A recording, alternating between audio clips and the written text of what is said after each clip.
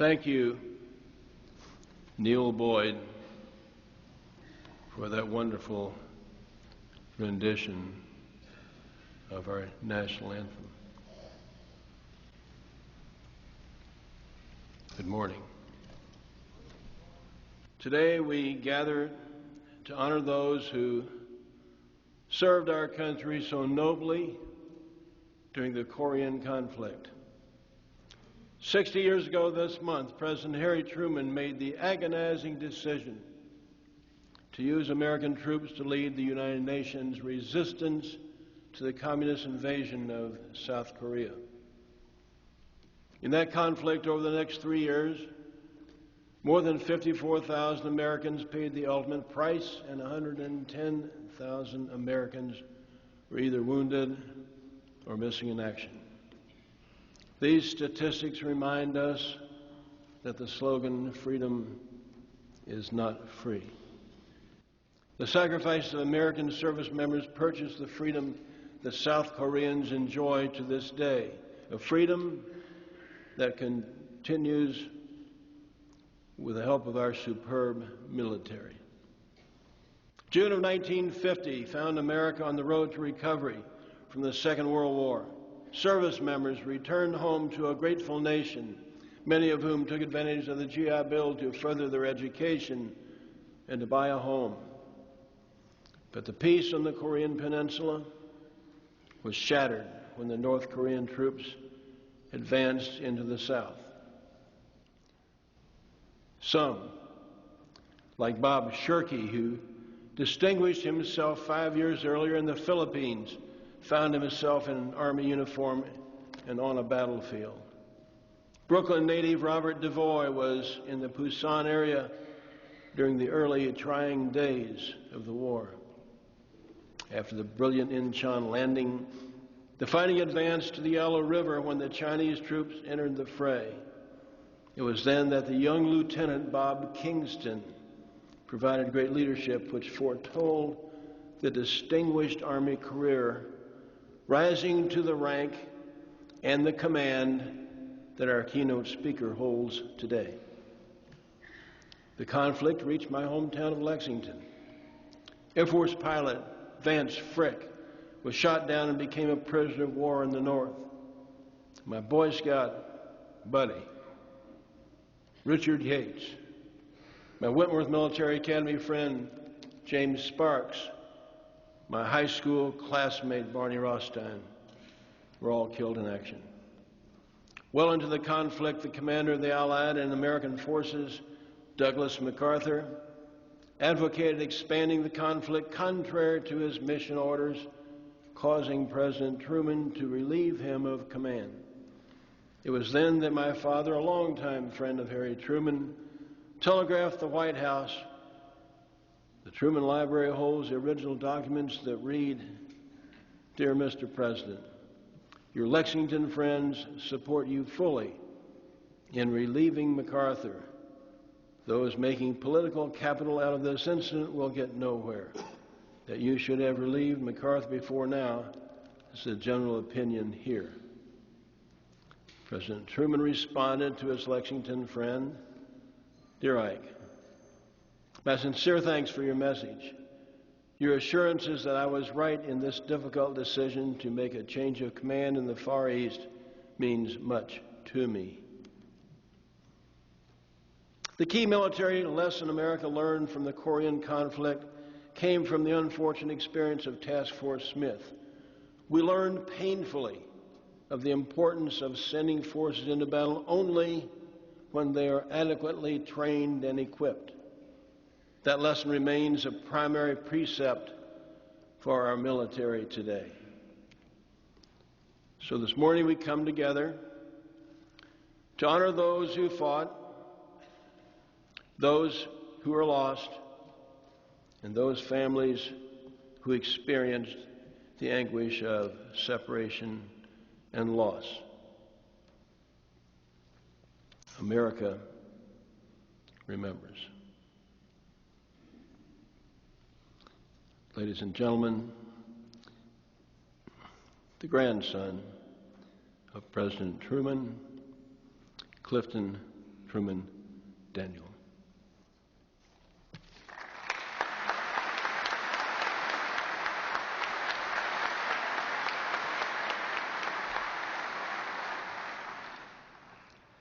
Thank you, Congressman Skelton. And thank you for your leadership in today's event, which is, by all accounts, the nation's largest event commemorating the Korean War's outbreak 60 years ago.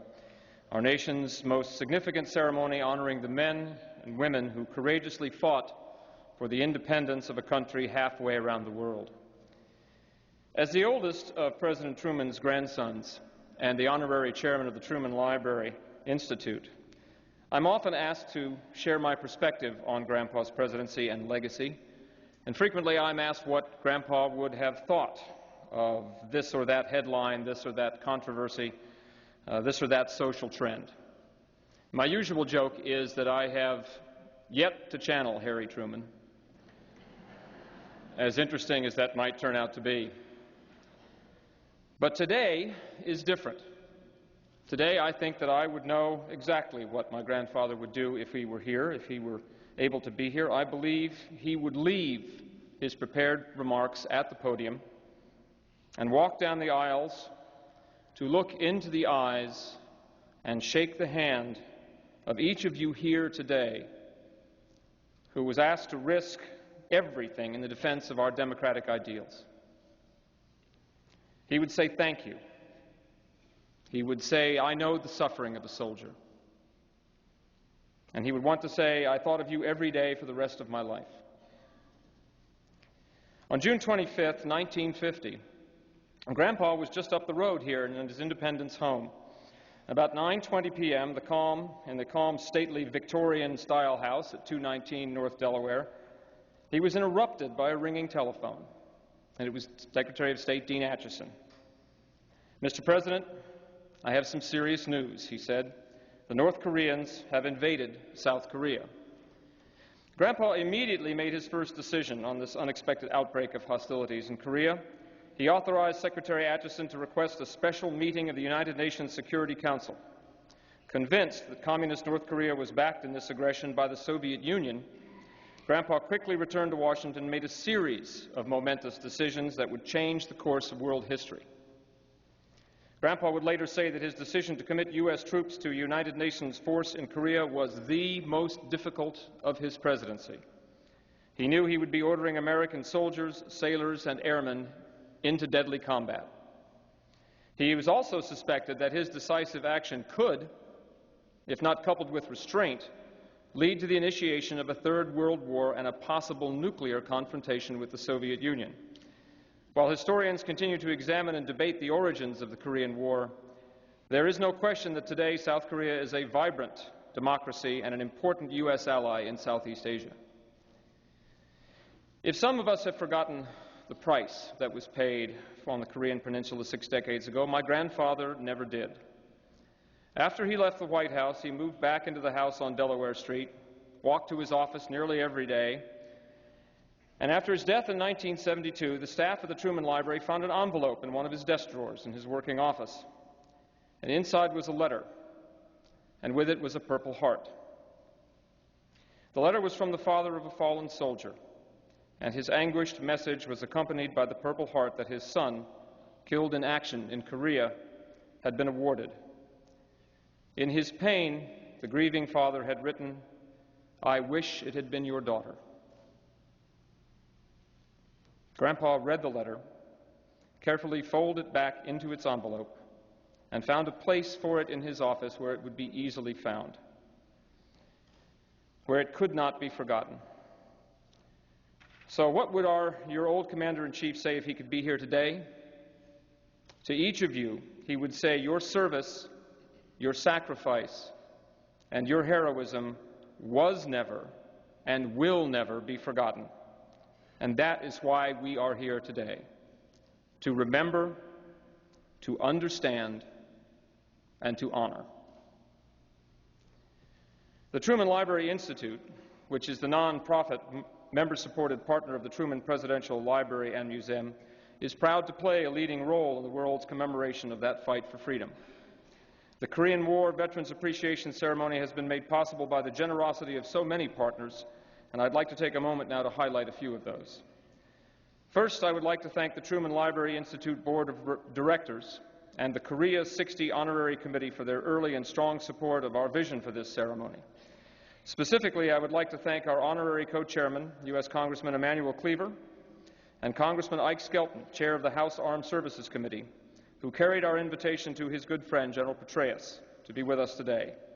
And as we know you are, we are deeply honored by the General's presence here today. We owe a debt of gratitude to U.S. Senator Kit Bond, whose invaluable and dedicated guidance helped this ceremony grow to become an international focal point for the 60th anniversary of the Korean War. Of course, behind every successful congressman, senator, or four-star general, aside from their spouses, is a stellar staff of individuals who work tirelessly on the details. Thanks for all your hard work, all of you, over the past few months. And finally, we wish to thank the Command and General Staff College at Fort Leavenworth for their generous support and for their attendance here today. I hope you will take time to note all our Korea 60 sponsors listed in your program, but two deserve our public thanks. First, I wish to invite you to join me in thanking the Veterans of Foreign Wars of the United States, our VFW, for coming on board as the title sponsor of today's event.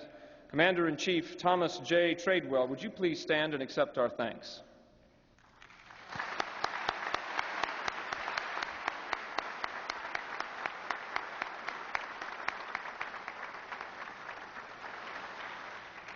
From the outset, we knew that we wanted the doors to be open to all who wished to attend.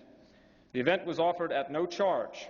We were all even spared the usual ticket processing fees charged by Central Ticket Office, thanks to our free admission sponsor, the Government of the Republic of Korea, through the Korean Consulate General in Chicago, Illinois.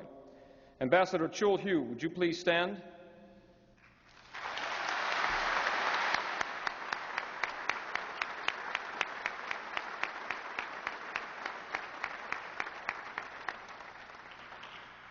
We are so very grateful for your attendance here today. For the members of the media who are here, including C-SPAN and our media sponsor, KCUR, we are so proud to have so many Korean War veterans, heroes, in the auditorium with us today. And we are grateful to the nearly 2,000 of you who traveled across land and sea to honor and be honored. For some, this Korean War Veterans Appreciation Ceremony has come too late. And many who were sent to Korea never came home. They are in our hearts. They are here in spirit. It is for them that we now ask for a moment of silence.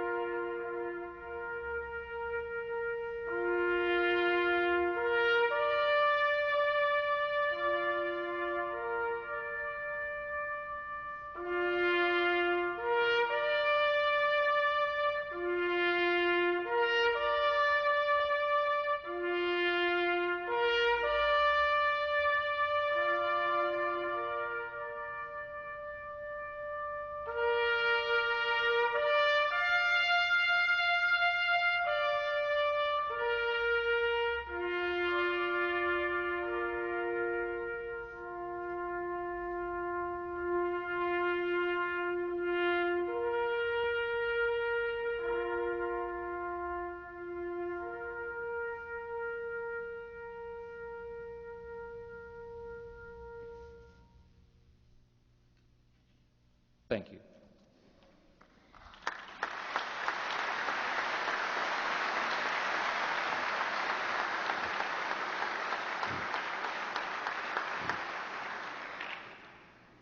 Thank you, Clifton. Your grandfather would be immensely proud of you.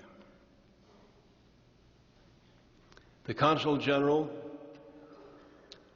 from the Republic of South Korea, Ambassador Chul Hugh.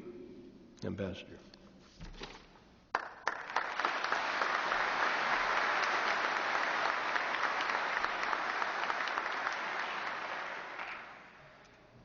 It is my honor and privilege to be here today. I thank Congressman Ike Skelton and the Truman Library Institute for allowing me and my government to be a part of this solemn and meaningful occasion. And I'm grateful to all the dignitaries present here, including especially Governor Nixon, Senator Bond, Congressman Cleaver, and General Petraeus for honoring Korean War veterans with their presence. Korean War veterans, you are our heroes. You came to an unknown land in your youth, fought for freedom, and defended my country. Without your sacrifice, Korea would not be what it is today. The world would not be what it is today. Of course, we are proud of what Korea has become after the war. But we all know that any pride we can take in today's Korea was conceived 60 years ago in the blood, sweat, and tears you shed in Korea. And that pride grew in the love and friendship you have shown for Korea all along. This year, the least my